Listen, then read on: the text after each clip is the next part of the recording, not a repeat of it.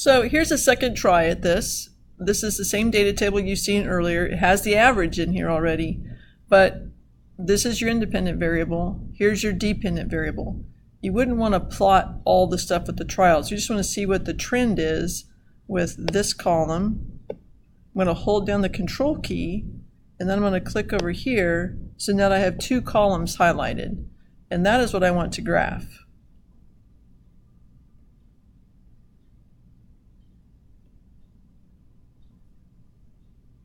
Okay, now you have to decide, because this is a number on the x-axis, does this make sense?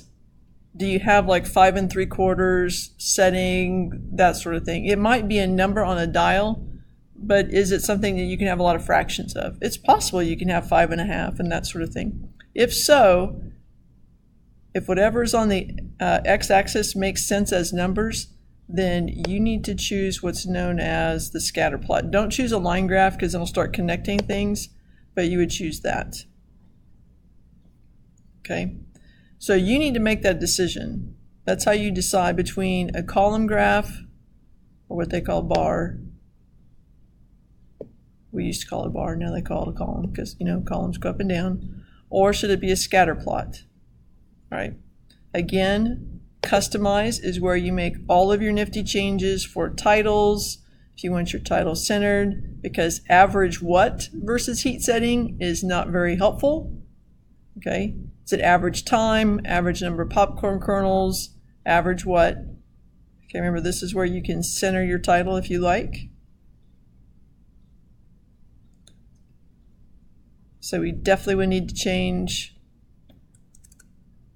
what the rest of that is.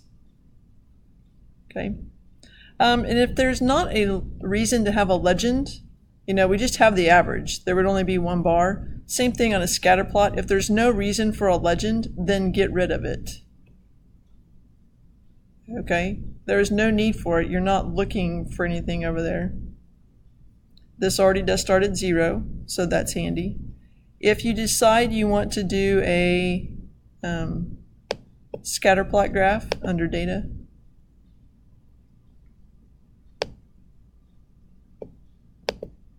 there are some things you want to think about when setting up your axes. Okay, horizontal axis. Okay, do you want it slant, want grid lines, all that kind of stuff. You need to decide how you want that to look. You also have grid lines that you can add. Maybe I want to put some in there.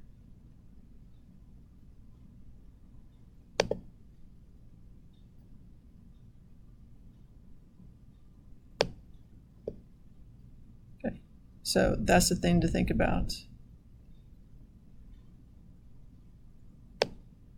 But that's where you would set all that stuff up. All right. So there are things to decide. Don't just let the software dictate what it should be. You have decisions here you can make.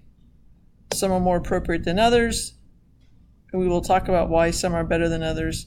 So think about how you want to show it. Also, my main point is to show you that you would highlight your individual, or your IV, your independent variable column, and your DV. If you have your data table set up the other way, you can highlight, you know, a row and then come down here and highlight a row.